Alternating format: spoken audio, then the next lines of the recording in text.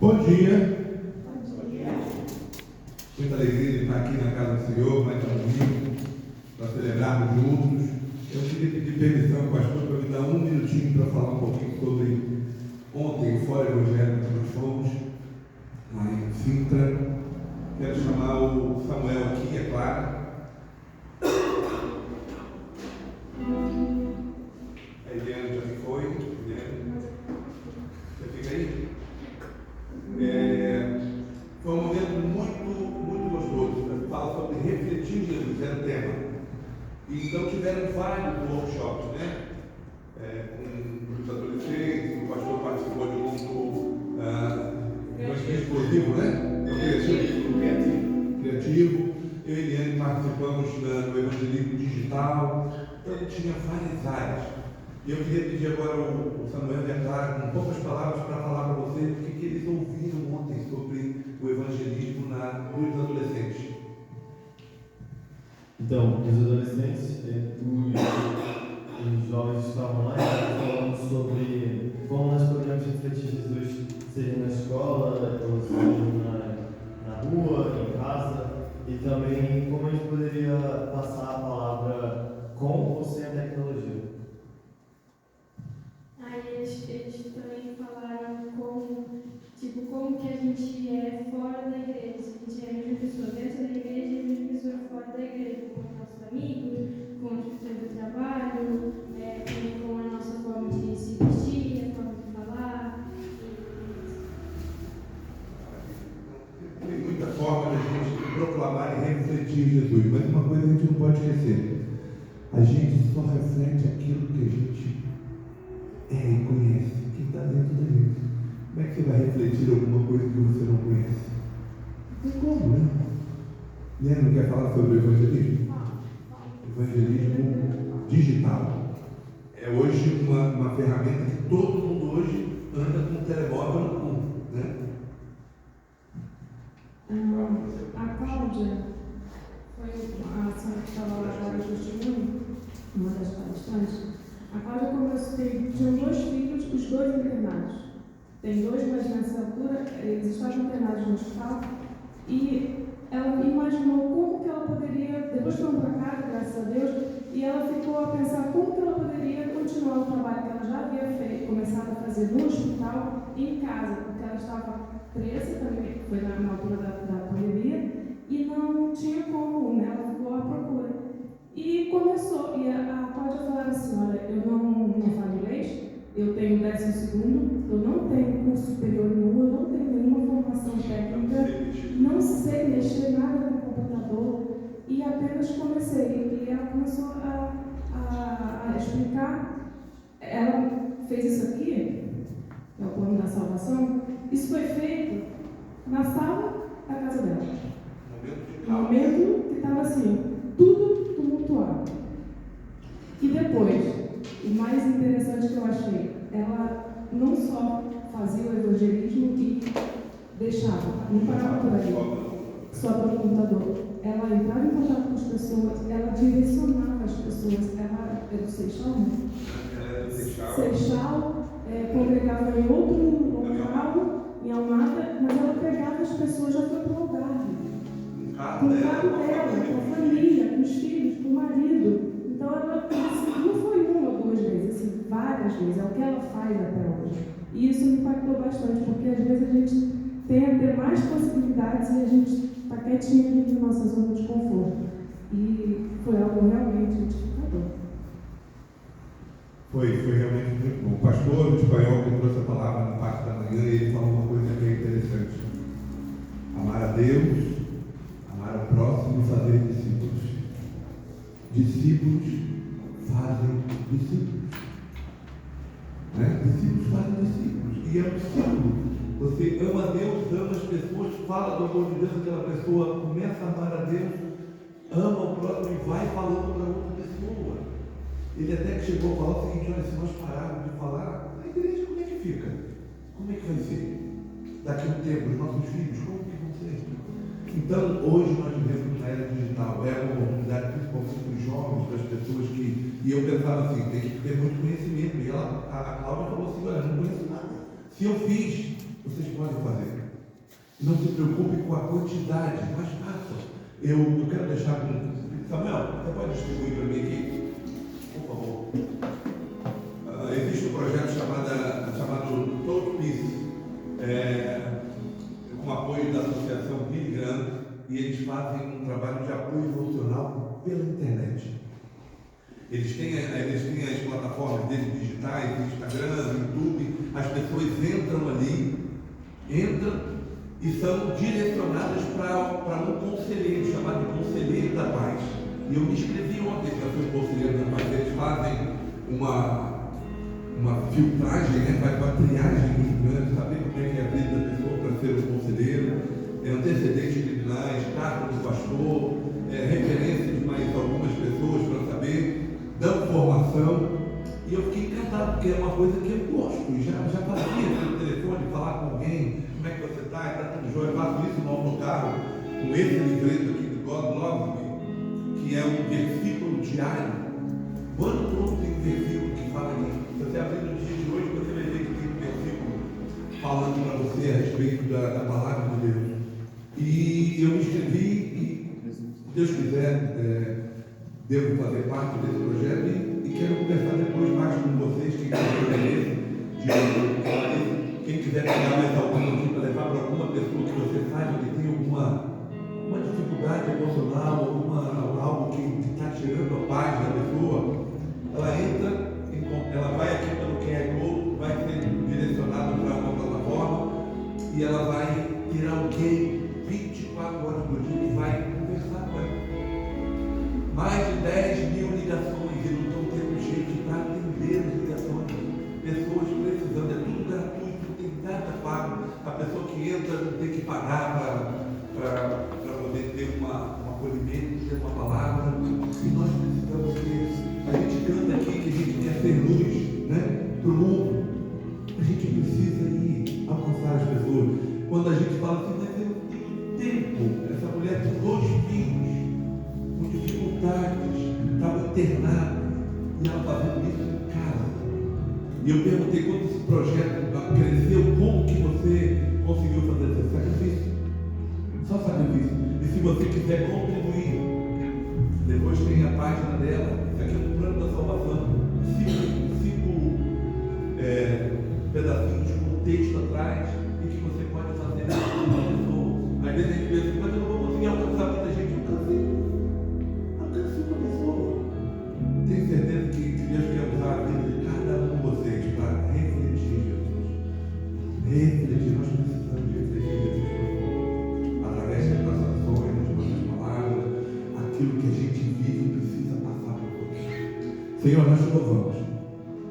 Te louvamos porque tu és bom. Em todo o tempo tu és bom.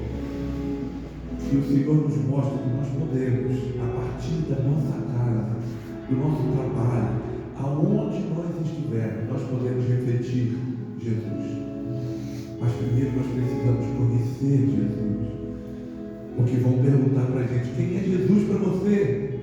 E nós precisamos saber, Senhor. Então nos ajuda.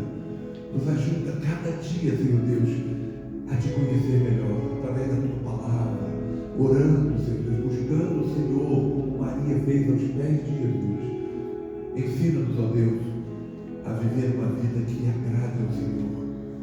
Nos ajuda, Senhor Deus, em nome de Jesus, nós choramos. Amém. Vamos ficar em pé? Vasos quebrados. Quando é que um vaso pode ser reconstruído? Ou do zero, ou poderia ser quebrado, né? Deus quer reconstruir a vida da gente. Quantos de nós temos aqueles probleminhas que só nós e Deus sabemos, que a gente fala com Ele? Deus quer transformar a vida da gente para refletir Jesus.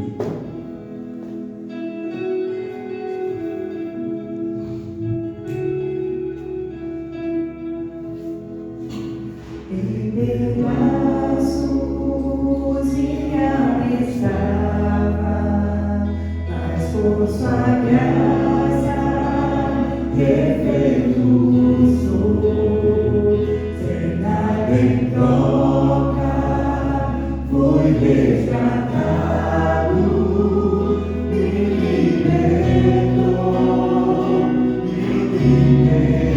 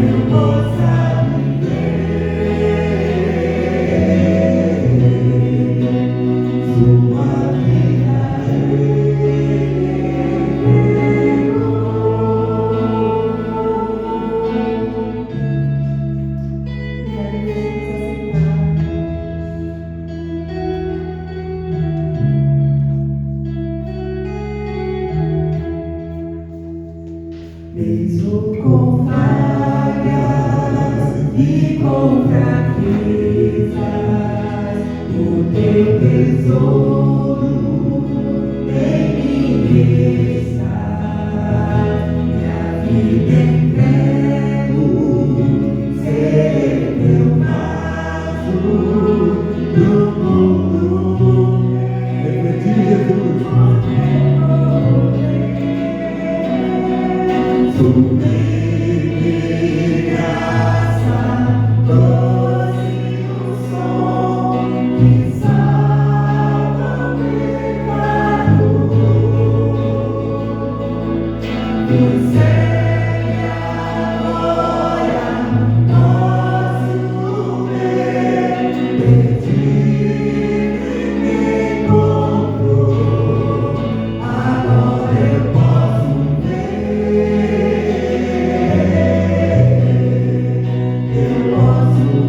seus olhos de amor, para que eu possa viver sua vida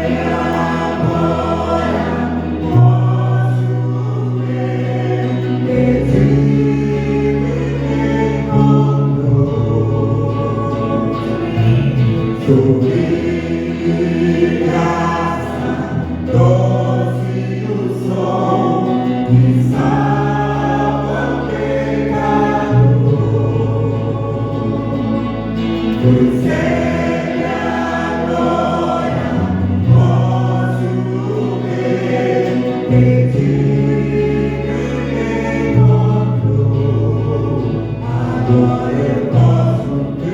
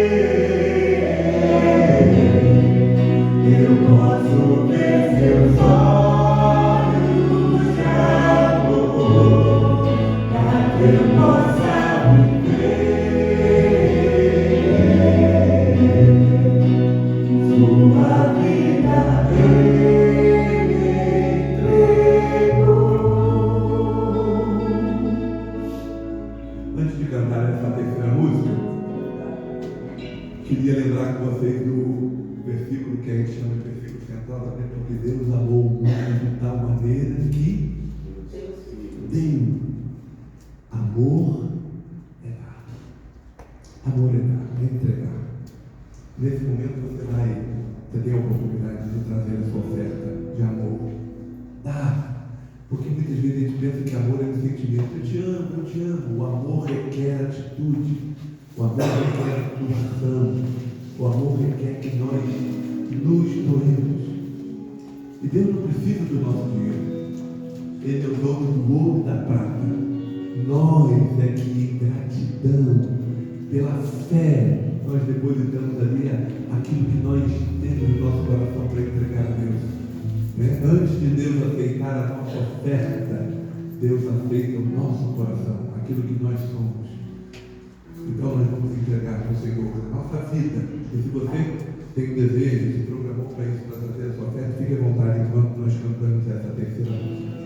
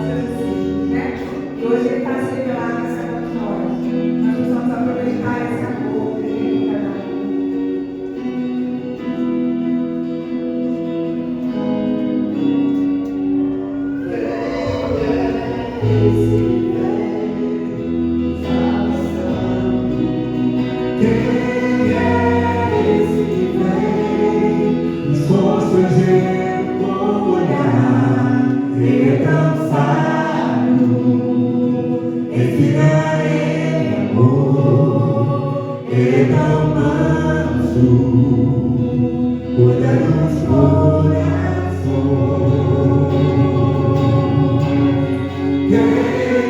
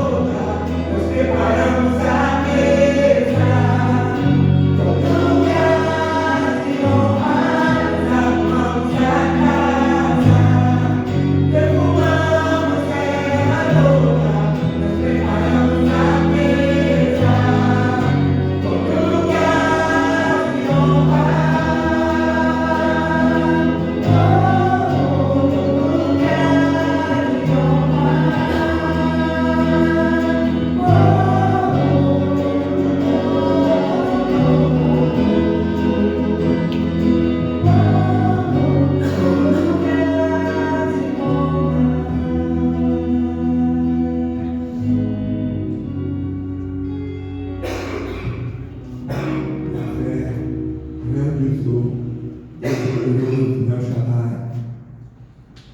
Nesse momento, entrega o teu coração de uma forma sincera para Deus. Fala, Senhor, me usa, Senhor. Usa para eu refletir o teu nome, para refletir quem tu és. Abre meus olhos, abre meu coração, para que nós possamos, ó Deus, proclamar a fé, aquele que é sobre todo nome, o princípio e o fim, o alfa e o ômega.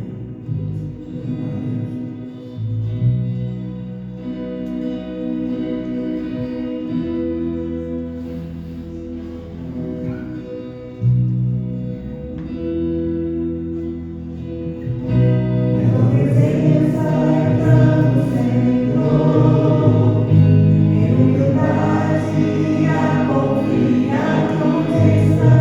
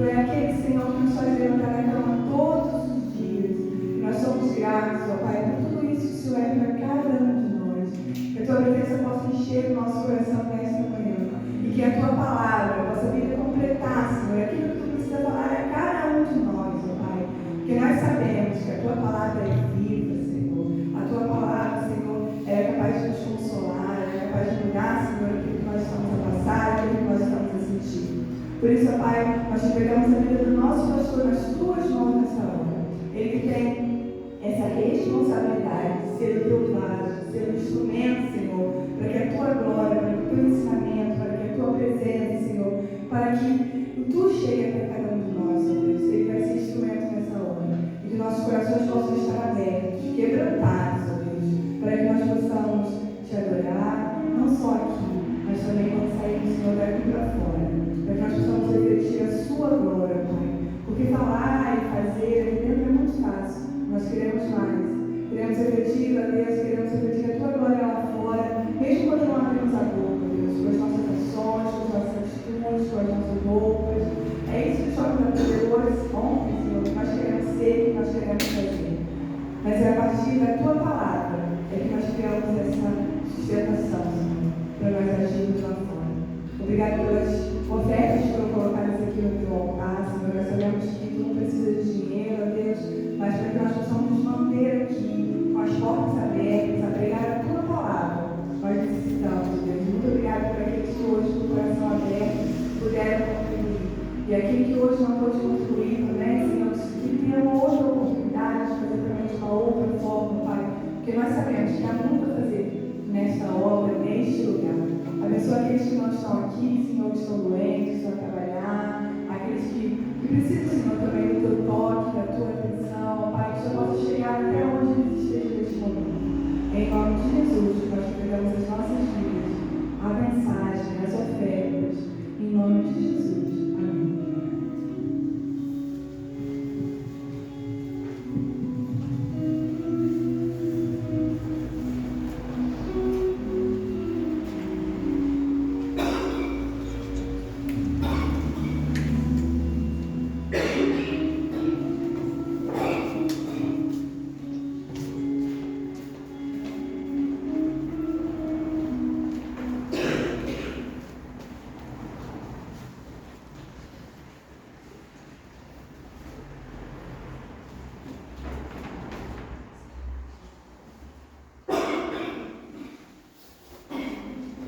Bom dia, irmãos, irmãs, graças e paz, graças a Deus. Está feliz com Jesus? Amém? Amém? Vou perguntar outra vez, está feliz com Jesus? Amém! Jesus está feliz com você? Sim. E aí? Vamos perguntar. Mudou? Vou fazer muitas vezes essas perguntas. Sem dúvida, meus irmãos, que vivemos uma geração ainda ontem, lá no Fórum do Evangelho, falou-se muito disto, da nossa identidade.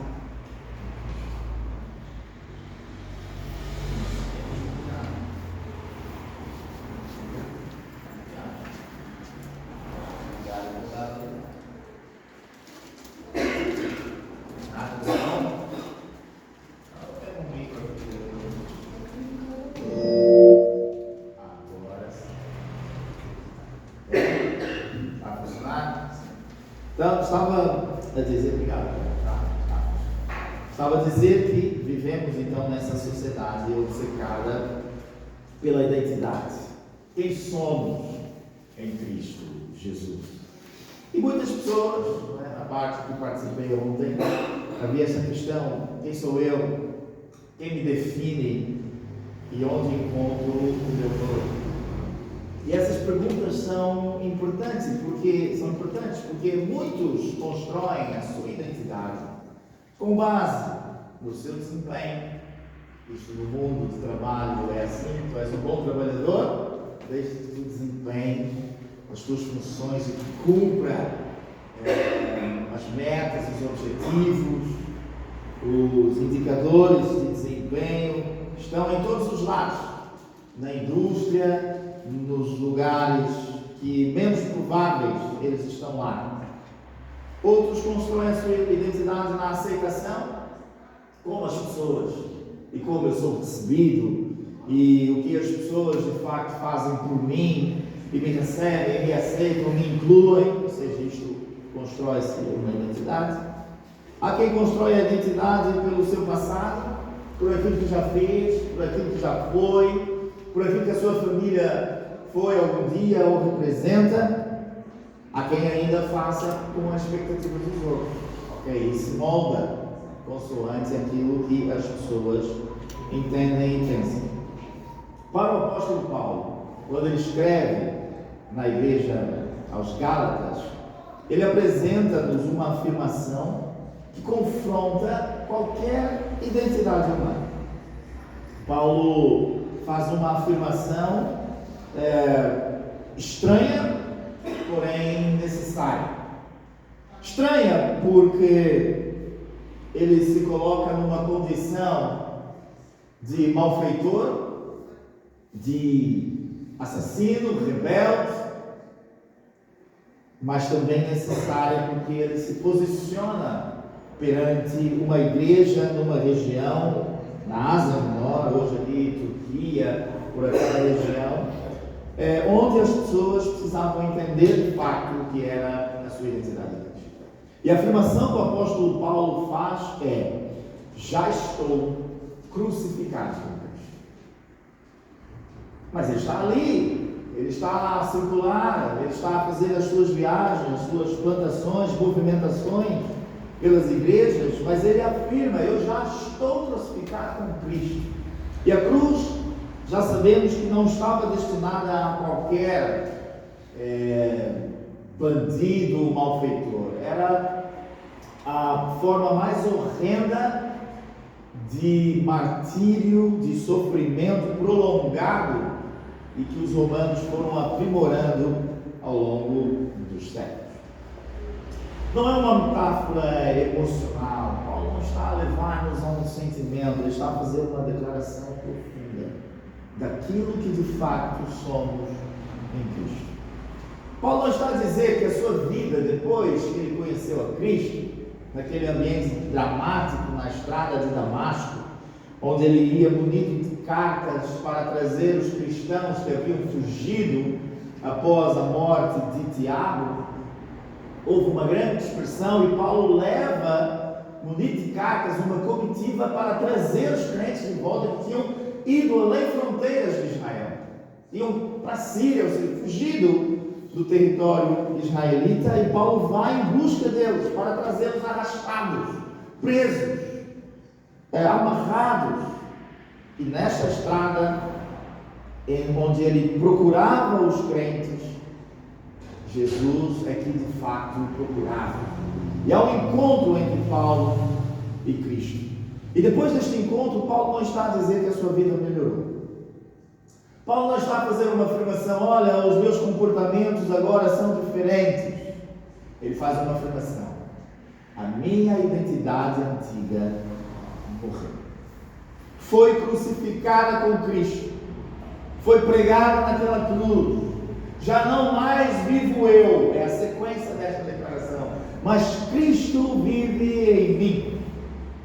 A pergunta que fica para a nossa reflexão é: a nossa identidade foi transformada pela cruz? Ou tem sido adaptada ao longo dos anos por diversas instituições, inclusive a religião? A nossa identidade está a ser moldada pela religião ou está a ser transformada pela cruz? Então, carta aos Gálatas, capítulo 2, o contexto em que foi escrito, a igreja está a ser fortemente influenciada por um conceito judaico. Ou seja, os crentes se converteram a Jesus. Crentes judeus que vinham do judaísmo, crentes não judeus que vinham de todas as partes, de todos os lugares. E a igreja agora está a ser confrontada com esta questão.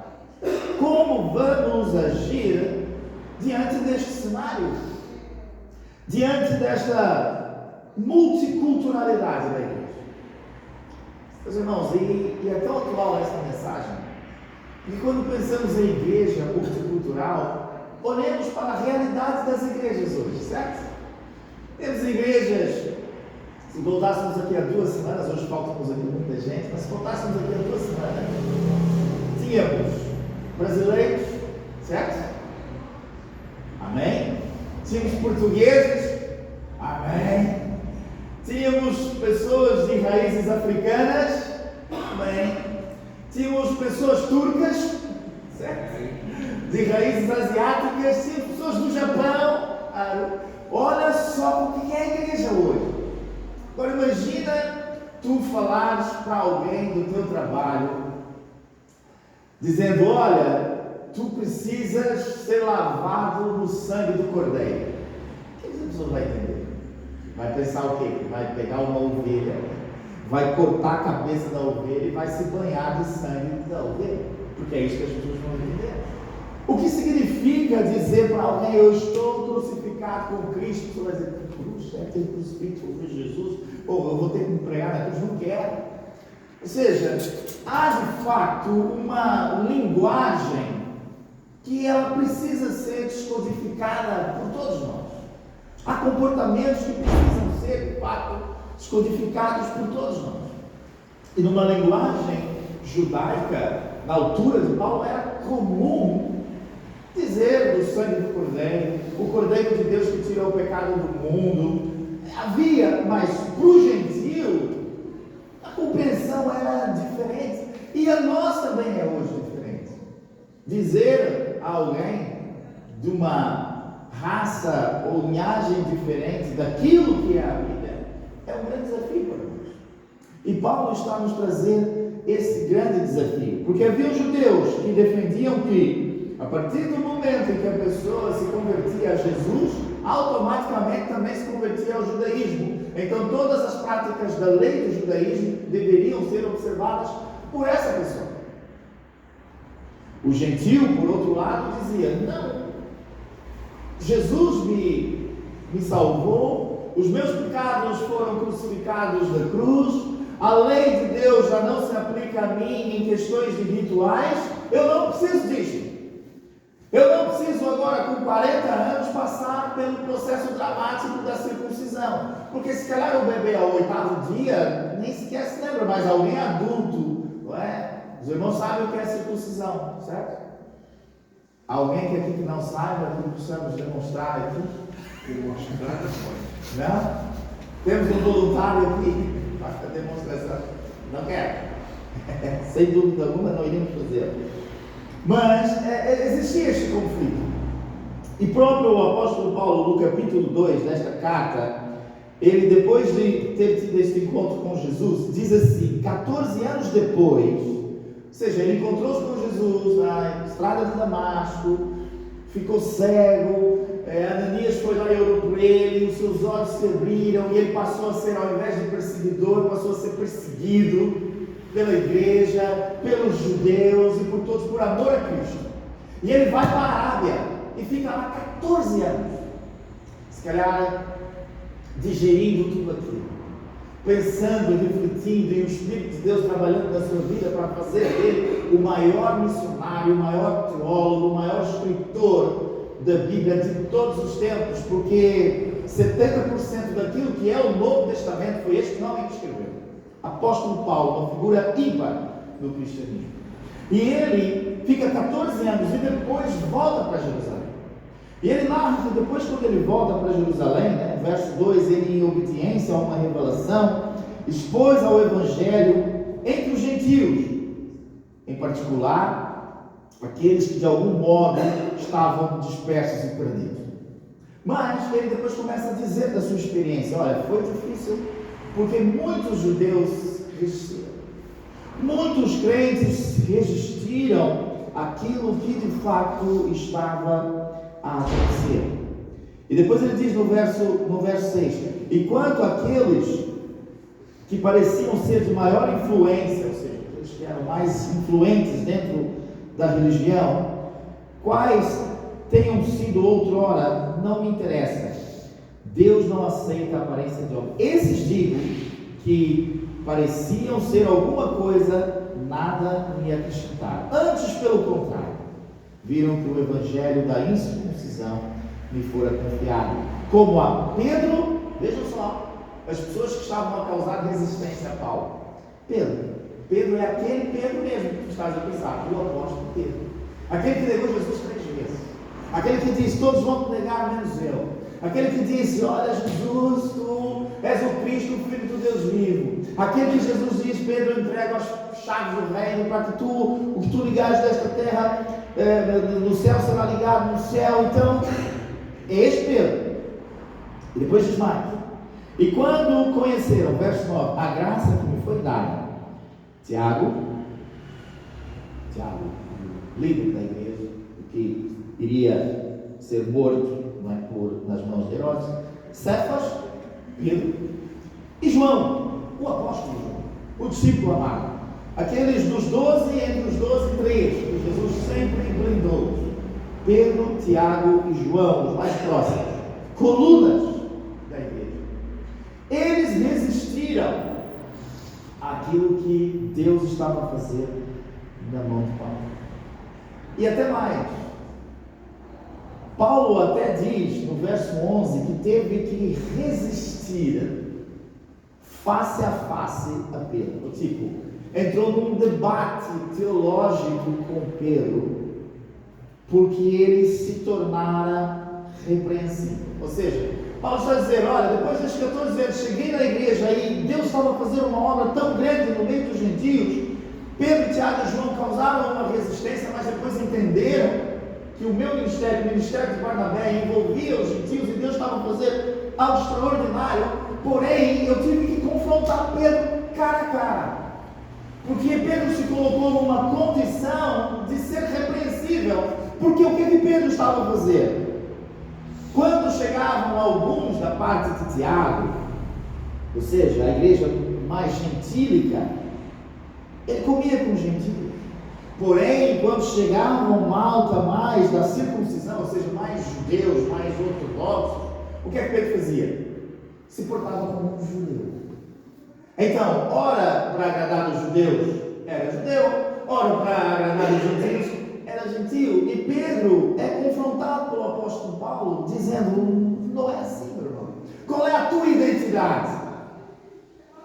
Ou tu és judeu e fecha as portas para Cristo, ou tu és gentio e recebe Cristo e fecha a porta para o judaísmo. Não dá para viver com um pé de um lado e um pé do outro. É preciso se posicionar. E esta carta é Paulo se posicionando, fazendo uma afirmação. Porque, meus irmãos, o apóstolo Paulo, se há judeu exemplar na Bíblia, além de Jesus, é o apóstolo Paulo. Tribo de Benjamim, aluno de Gamaliel, o maior teólogo judeu na altura.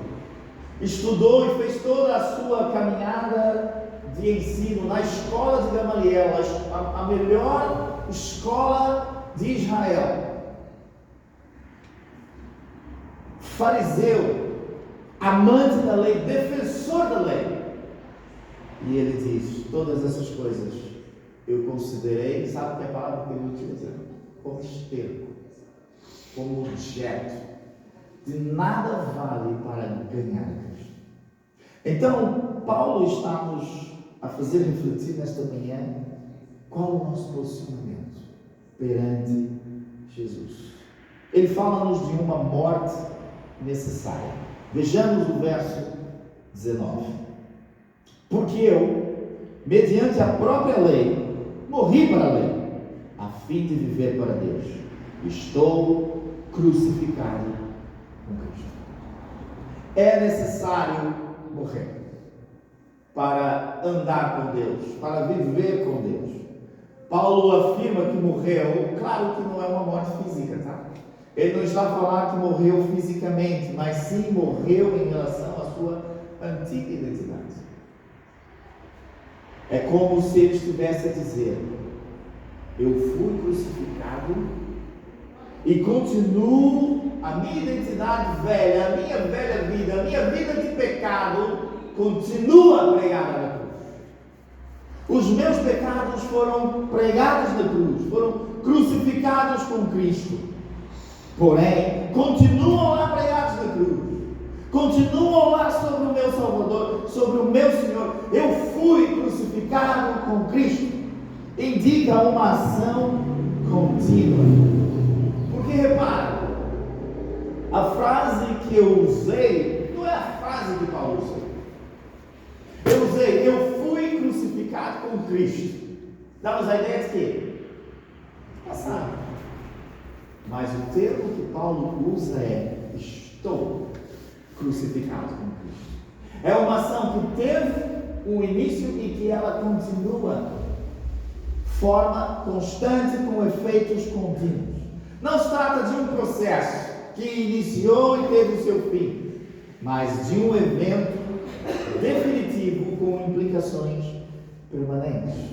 Paulo está a dizer: eu fui unido a Cristo lá na cruz, e quando ele morreu pelos meus pecados, os meus pecados que estavam em mim foram transferidos para ele, da mesma maneira que a sua morte foi transferida de alguma forma para mim. Significa que o meu eu, aquilo que é o eu centrado em mim, foi julgado, condenado, morto, sepultado. A identidade, a pena, o escrito que estava sobre a minha vida por todos os meus pecados, a minha nota de dívida, ela foi anulada de uma vez por todas lá na cruz. O domínio da vida de pecado sobre mim foi de fato crucificada lá na cruz. Então, meus irmãos, o meu eu, a minha identidade baseada na lei, os meus pecados, todos eles foram crucificados com Cristo na cruz. A minha inclinação pecaminosa, o meu pecado inconsciente, tudo isso foi pregado na cruz. Foi crucificado o meu velho homem. E esta morte, para Paulo, não é uma opção. Não é entre vários caminhos, tu podes escolher este. É um único caminho.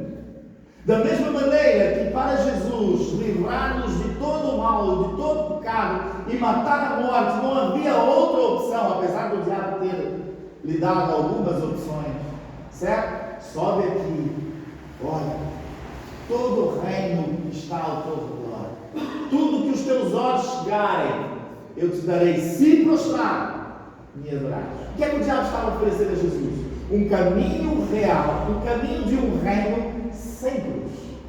E Jesus sabe que não é uma opção. Não era uma opção inaugurar o seu reino sem passar pela cruz. Da mesma maneira, não há outra opção de entrarmos para uma vida com Deus se não passarmos pela cruz. Sem cruz não há vida. Sem cruz não há igreja. Sem cruz não há crentes. Não existe vida cristã Então era necessário esta morte. É necessário, Jesus disse isso aos seus discípulos: todos aqueles que quiserem vir após mim, ou seja, todos aqueles que quiserem andar no meu caminho, todos aqueles que quiserem seguir as minhas orientações, o que é que precisa fazer? Tomar a sua cruz. Começar por onde? Negar-se a si mesmo, pregar o meu eu na cruz e viver uma vida comigo. É necessário esta morte, é necessário esta cruz. A igreja dos nossos dias muitas vezes tenta viver a ressurreição sem passar pela cruz. Sabe, meus irmãos, a ceia do Senhor é algo extraordinário, é um momento incrível para vivermos. Mas nos últimos meses, se calhar 5, 6 meses, eu tenho refletido bastante em relação à ceia. Porque para nós a ceia, e damos muita ênfase à ressurreição, de fato é a vitória de Cristo na cruz. Mas quando lemos quer Jesus e quer Paulo e a igreja, nós vemos que o memorial do pão e do vinho tem um propósito: anunciar o quê? A morte. Repara, não é anunciar a ressurreição de Jesus até o fim, mas é anunciar a morte. A ceia do Senhor tem que nos remeter à morte de duas pessoas, de Cristo e a mim. Eu preciso entender, de uma vez por todas, que para fazer parte da igreja, do reino, eu preciso crucificar. Eu preciso dizer e viver como Paulo: já estou crucificado com Cristo. É preciso passar pela crucificação. E hoje a igreja contemporânea, no seu discurso, muitas vezes quer viver e estar no reino sem passar pela cruz. Querem as bênçãos sem rendição. Querem vida sem morte. Querem Cristo sem cruz. Um condenado à morte de cruz não levava consigo planos para o futuro. Então, não adianta pensar: eu preciso reorganizar a minha vida. Eu preciso pregar. Eu preciso pregar o velho homem na cruz. A cruz não é mais um capítulo, não foi mais um capítulo na vida de Jesus. Não foi uma etapa da vida de Jesus. A cruz foi o fim da história da morte. Porque lá na cruz foi pregada a morte. E Jesus, quando morre, a morte morre com ele. Para todo sempre, há uma declaração do céu de algo que o pecado fez lá no Éden. A partir do pecado entrou a morte na vida humana. Mas a partir da cruz, a morte, vou usar uma palavra que não existe, foi morrida, foi crucificada. A morte morreu com Cristo na cruz. E a prova disso é que ele ressuscita dentre os mortos e vivo está para todo sempre. E o mesmo Paulo diz que ele tornou-se as primícias, ou seja, o primeiro de uma grande multidão. O grande problema, meus irmãos, da igreja hoje é que a nossa antiga vida não foi encerrada. Continuamos a querer reorganizar coisas. Queremos seguir a Jesus, mas não queremos morrer a nós mesmos. Queremos uma nova vida, mas não queremos passar pela cruz, não queremos pregar lá. Não existe igreja sem cruz, não existe vida sem cruz, não existe reino sem morrer para nós mesmos. E quando esta morte acontece, algo extraordinário começa. E é isto que o apóstolo Paulo diz no verso 20.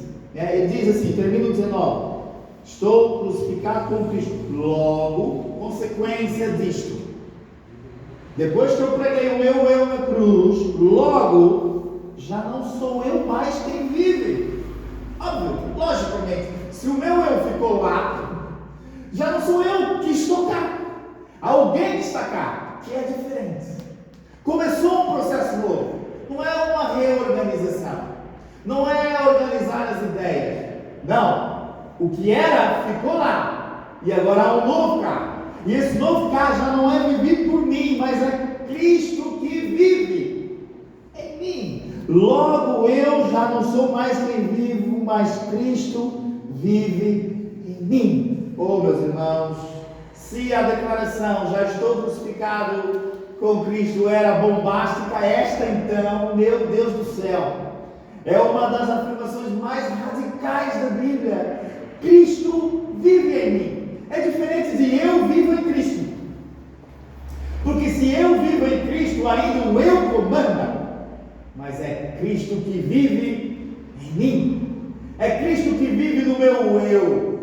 Sabe, antes o trono da vida era o meu eu que estava lá. Agora no trono da vida é o Cristo que está lá.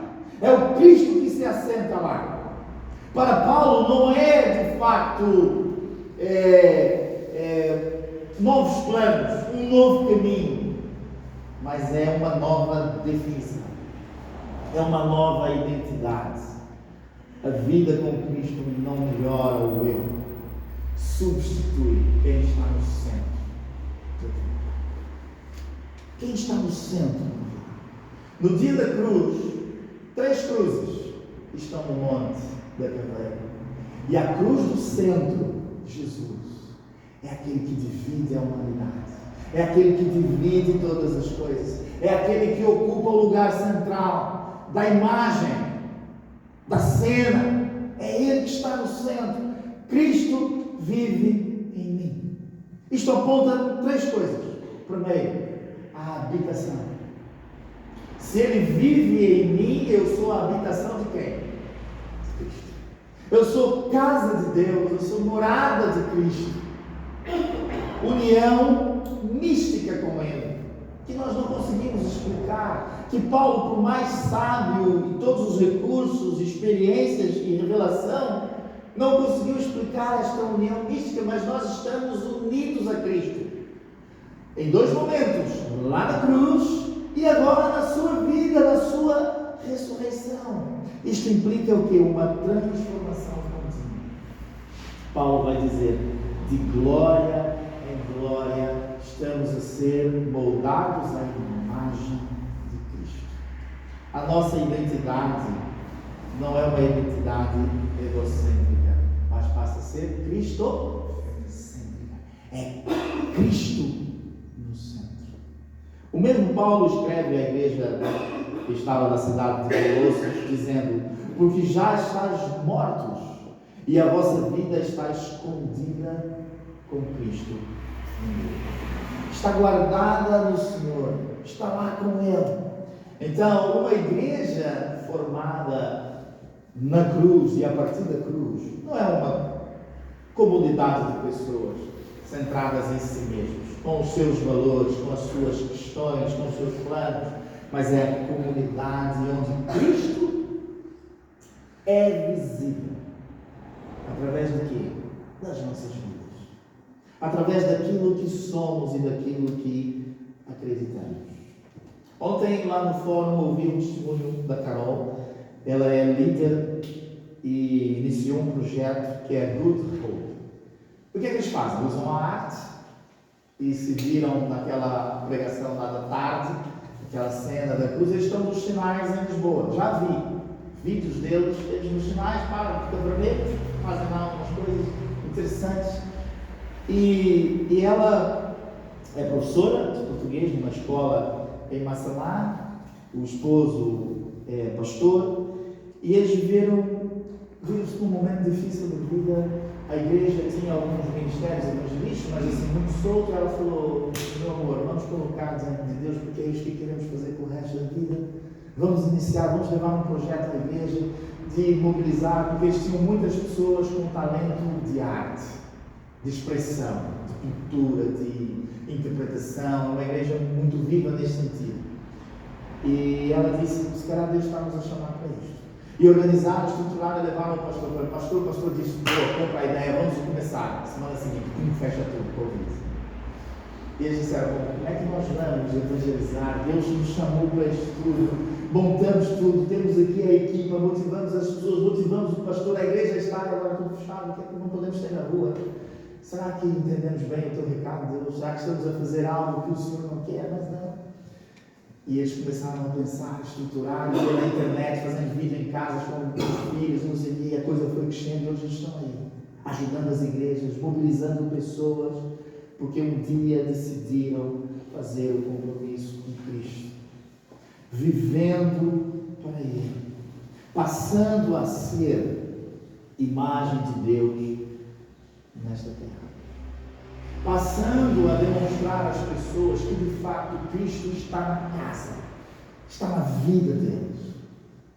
Eu, quando era pequeno, lá no Brasil, às vezes quando os meus pais iam sair de casa, havia preocupação com os assaltos, e a mãe dizia assim: deixa a luz da sala acesa. Porque qual é que era a função da luz da sala acesa? Tem gente em casa. Eu não vou entrar, então o bandido ia para casa. Mas se o bandido entrasse, como já entrou uma vez, era a aparência. Será que é esta vida que Deus quer para nós? Sermos aparentes que Cristo vive lá? Ou de facto a luz que está lá dentro brilha e torna-se visível? Muitos e muitas vezes, e eu inclusive muitas vezes, parece que Cristo habita na vida, mas não está visível nas atitudes, nas decisões, nas relações. Aparentamos ter, mas não tem Cristo na vida.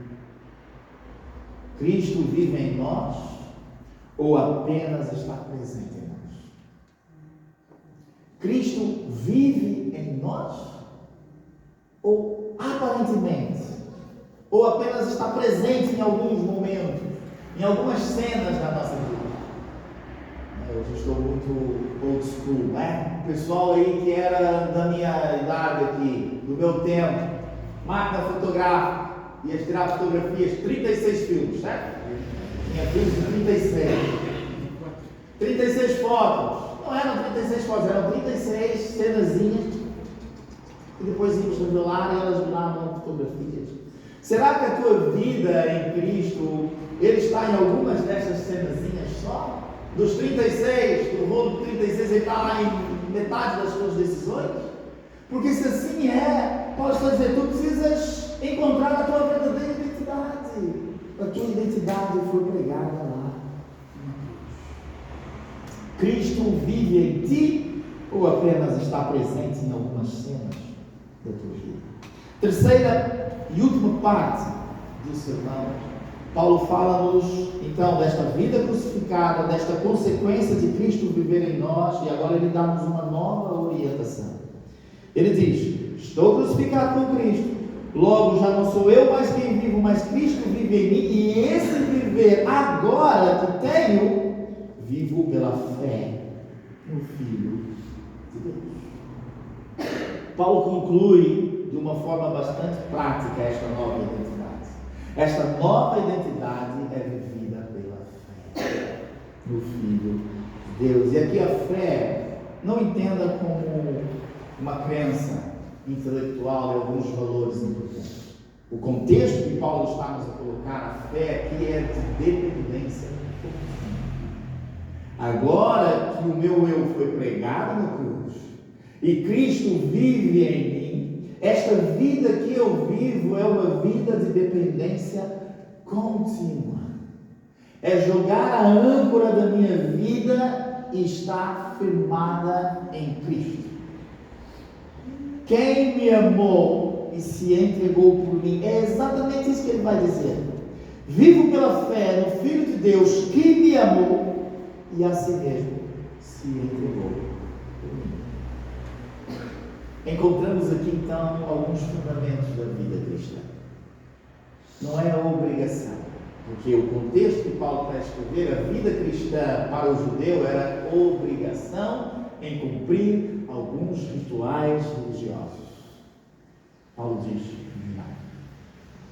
É resposta a algo que Deus fez por mim, mediante a sua graça e a sua bondade. O que é graça? É o favor imerecido. É Deus nos tratar de uma forma que nós não merecemos. É a misericórdia, certo?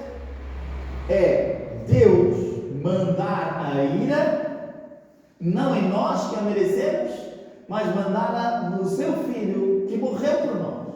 Então Paulo está a dizer que a vida vivida pela fé tem que ser vivida como uma resposta de amor àquilo que Deus fez por nós. Então não tem a ver com obrigação legal, não tem a ver com desempenho, tem a ver com gratidão, tem a ver com o espírito de gratidão, não tem a ver com o medo que a lei muitas vezes o Deus disse: tu oraste hoje 5 vezes, tu não passaste no umbral da tua casa e não fizeste a tua benzedura, tu não tens aqui atado nos teus ombros e pendurado no teu pescoço, hoje tu não obedeceste o mandamento de Deus, então falhaste, perdido e vivias neste medo. Não. Paulo está a dizer que a vida vivida pela fé é uma vida com base no amor, na graça, na bondade, na misericórdia de Deus, porém implicando crucificar-nos muito mais do que a lei. Porque a lei dizia para o judeu no Yom Kippur: pega um cordeiro, mata o cordeiro em teu lugar. Agora Paulo está a dizer: esquece o cordeiro, pega-te a ti e prega lá na cruz. A exigência é maior. Não pense que a lei é maior do que a graça. Não. O facto de vivermos com a graça e debaixo da graça não significa que vamos viver da maneira que quisermos. Leia Romanos capítulo 6. Paulo termina o capítulo 5 dizendo que não há condenação para nós, que agora temos paz com Deus, porque Cristo nos justificou, Cristo perdoou todos os nossos pecados, e onde abundou o pecado, ele termina o capítulo 5 dizendo: superabundou a graça. Ele começa o capítulo 6 dizendo: então quer dizer que quanto mais pecar, mais graça tem. Ele vai dizer uma expressão que é ego mono, que diz, numa tradução bem rasca: nem cavaca tussa. De jeito nenhum. Se tu já tens a graça, então ela te capacita à resistência de Deus, porque a tua velha vida foi crucificada na cruz. Então a cruz não melhora quem somos, a cruz substitui quem somos. Na linguagem de Paulo, a questão não é Cristo faz parte da tua vida, a questão é Cristo é a tua vida. Pensa nisso, meu irmão. A cruz não é apenas um lugar onde a nossa vida foi perdoada. A cruz é o lugar onde nossa identidade foi, de uma vez por todas, definida. Não é o passado que me define, não é o ego que vive em mim que governa, não é a lei que me domina, não. É Cristo que vive em mim. É uma vida vivida pela fé na dependência, motivada pelo amor e pelo coração grato. Hoje, não temos um convite para tu melhorares, para reorganizar os teus planos. O convite da Bíblia é para que tu morras de uma vez por todas e finalmente vivas e Cristo vivendo dentro de ti. Queremos ser esta igreja formada na cruz, não composta por pessoas que vivem para si mesmas, mas que com sacrifício. Porque se há algo que ontem tirei do tempo em que estive no Fórum Evangélico, foi esta mensagem de todos. E repare, eu não estive em todos os workshops, nos dividimos. A gente foi para um, foi para outro, os livros foram para outro, e assim fomos fazendo. Tivemos só um momento juntos, mas acho que a linguagem foi sempre a mesma. Quem de fato somos? Qual a identidade que nos define? Qual o reflexo que é passado de nós? Sabe, em muitos momentos hoje, eu já tinha preparado a mensagem, né? Em muitos momentos hoje, olhando para a mensagem que fui preparando ao longo da semana, ontem Deus respondeu. Primeiro entrei no salão do templo, havia um espelho enorme lá no altar, que era para tu olhares, né? Dizer, pensou. E quando eu ia me embora, entrei dentro da casa de banho dos homens, um espelho bem grande, a dizer: o que é que a tua vida está a refletir neste momento. Eu dizer assim, poxa Deus, esta semana toda refletindo acerca de que não sou eu mais quem vive, mas é tu que vive em mim, que a minha vida foi pregada na cruz e que agora a vida que eu vivo deve ser vivida pela fé no Filho de Deus que me amou. Eu estou a entender, Deus, a mensagem. Para mim, o que é que as pessoas estão a ver através da minha vida? Das minhas palavras posso dizer, olha, eu falo coisas boas, não minto, não invento, trato bem as pessoas, mas posso enganar. Mas as minhas atitudes, os meus comportamentos silenciosos, os meus pensamentos ocultos de tantos e de todos, o que é que a minha vida está a refletir? Se tu queres refletir Jesus como eu quero, volto a fazer a pergunta: Jesus está feliz contigo? Ele estará, se a tua decisão for hoje. Prega meu nome. Crucificado foi com Cristo. Estou lá, pregado. Porque se tu tiveres esta consciência constante no teu dia a dia, quando vier a sombra do pecado, tu vais dizer, já não é a minha resposta. Porque é a pessoa que responderia desta forma está lá. Quando vier a tentação, que tu caías antigamente, tu vais dizer assim, não cai mais. Porque a pessoa que caía nesta tentação foi pregada na cruz. Quando o teu filho, o teu marido, a tua esposa, o teu amigo, o teu colega de trabalho, o teu chefe, alguém te chatear e as tuas emoções, tu assim, tu vais prestes a explodir, tu vais dizer assim, pô, quem explodia estava na cruz. Hoje já não sou assim, porque Cristo vive. Que Deus nos abençoe. Amém? Vamos terminar. Nosso culto de Deus, depois oramos no fim, juntos, como comunidade. Vocês já pararam para pensar nesta palavra comunidade? É o tema do nosso mês de maio. Estamos ao meio de abril, mas em maio. E comunidade, se tu parares para pensar, é uma junção de uma preposição com um advérbio, um substantivo, que é com comunidade. Comunidade é a junção do com e. Então, eu quero ser e fazer parte desta comunidade com unidade. E só é possível, irmão, só é possível, meus queridos irmãos, esta unidade comum, se todos nós tomarmos a decisão de pregarmos. Então, quem se chegar a nós, tem que olhar para nós e dizer assim, não sou eu, esse pessoal aqui vive diferente. Eles têm atitudes diferentes, porque em outros lugares as pessoas estão prontas a julgar, eles estão prontos a abraçar. Em outros lugares eles estão prontos a dizer, assim como estás, não és bem-vindo, e eles recebem, eles acolhem, eles se preocupam. Então essas pessoas passam a olhar para nós como se estivessem a ver Cristo. Porque a palavra cristão, ela significa pequeno Cristo.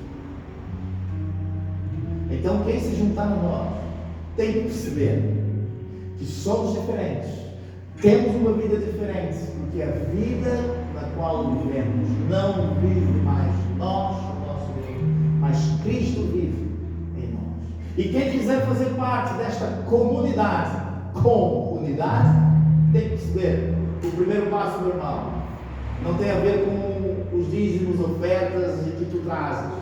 Não tem a ver com o teu envolvimento com as coisas da igreja. Não tem a ver com o teu batismo e participar da ceia. Tem a ver com a decisão de morrer. E quem entrar no nosso meio tem que perceber que a única forma de fazer parte desta comunidade com unidade é pregando, Senhor. Não é uma opção. Não vamos dizer às pessoas, tu podes escolher isto ou aquilo. Não, vamos dizer assim, ó, é a única forma, é o único caminho. Prega-te a Deus. Prega o teu erro, a tua vida, os teus pecados. Prega. Faça a prova de Deus. Veja o que Deus vai fazer. Prepara-te. Não pense que vai ser fácil. Não pense que vai ser moleza. Se calhar vai ser mais duro. Porque tu vais passar a ter de resistir. Tu vais ter de passar a orar também. Deus, se for possível, passa de mim nisto. Se Jesus tivesse, de facto, e Deus tivesse, de facto, dito lá no céu naquele dia no Getsemane, Ele ouvia a tua oração. Vai ser muito difícil. Não vamos mais fazer isto.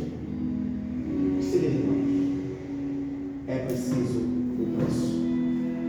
Esse preço foi pago na cruz, na crucificação do meu Salvador, mas esse preço também foi pago na cruz com a minha crucificação. E aí já não sou eu mais quem vive, é Cristo que vive. Vamos louvar. Vamos fechar?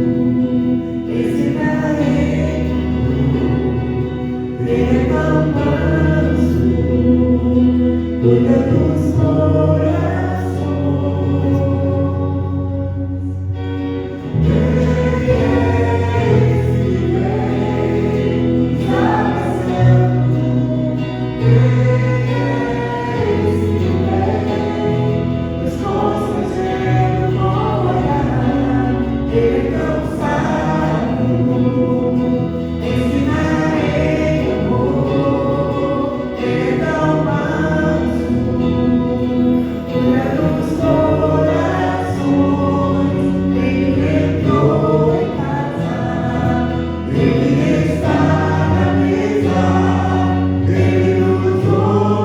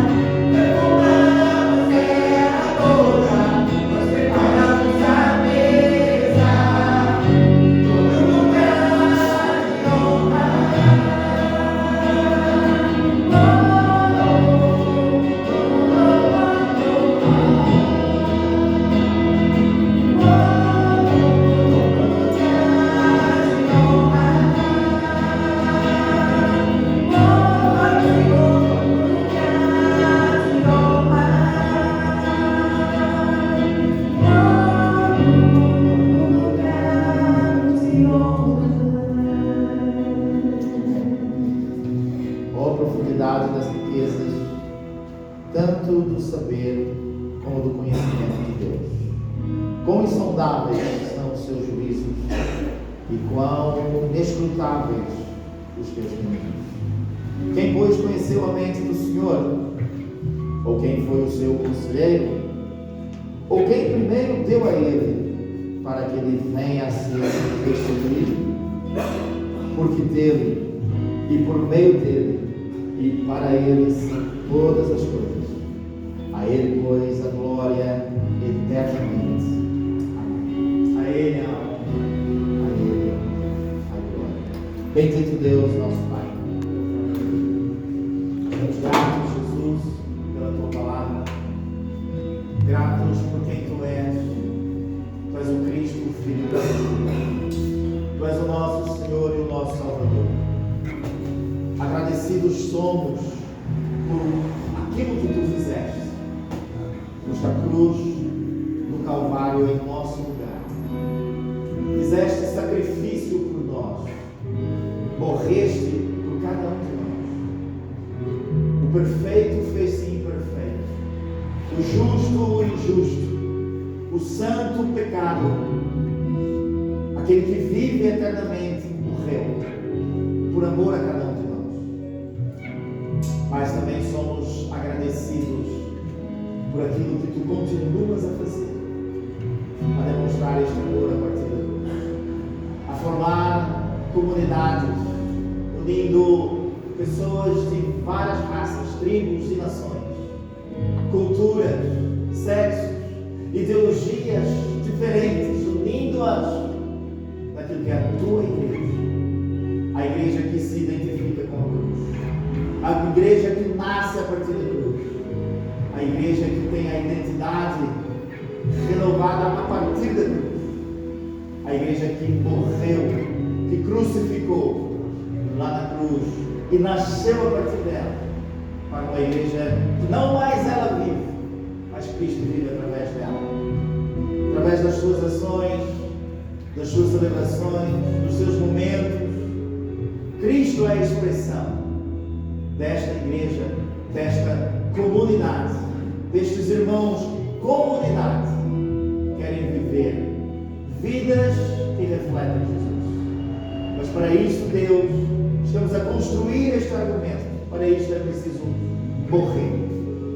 É preciso crucificar o nosso eu e vivermos a vida de Cristo em nós. O apóstolo Paulo diz que Cristo em nós, esperança de glória. É esta comunidade que queremos ser. É esta igreja que queremos ser. É esta igreja que está a ser plantada a partir da luz. Obrigado. Leva-nos em paz. Que nunca nos esqueçamos das lutas e das batalhas diárias. E quando o tentador vier, porque ele virá como um leão, possamos olhar que a nossa resposta agora é a resposta de Cristo. É a resposta do Espírito e da Palavra de Deus que nos capacita e nos autoriza a resistir. Porque se resistirmos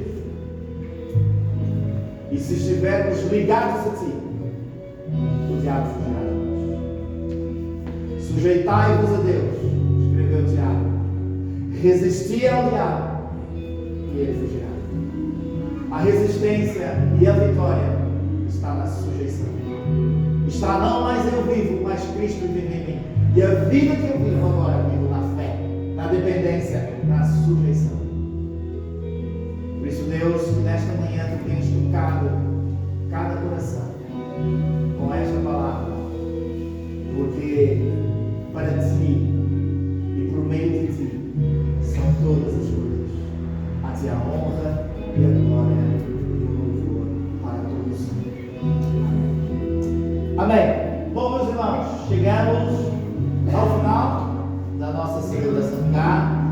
Desejar a todos uma excelente semana. Desejar aqui a Patrícia e ao esposo que eu esqueci o nome. Nuno, olha, eu ia arriscar no Nuno, mas eu falei, será que é? Depois fiquei na dúvida entre Nuno e David, porque eu tenho um atletismo com David. Eu acho que todas as pessoas para mim chamam David. É Nuno David, pois não? Nuno, Não é Nuno David, pois não? Bem-vindo, Nuno. Deus te abençoe. Deus te guarde. Dê uma semana aí muito feliz. Amém? Os desafios certamente serão, mas confia naquele que de facto colocou na tua. Não só o Nuno, mas a todos nós. Deus nos abençoe. Oremos por alguns irmãos que estão de viagem, que estão doentinhos. Ontem a Dana fez 15 anos. E, enfim, Deus te ajude mais e ficou doente. Às vezes acontece, mas que possamos orar por eles. E este mês de abril, mês de maio, mês da família, dia 31 de maio, vamos ter um evento especial aqui com as famílias. Então, venha com unidade. Não te esqueças, comunidade é comunidade. É assim que queremos ver para agora. Amém? Deus te abençoe. Quem sai, dá um abraço. Quem sai?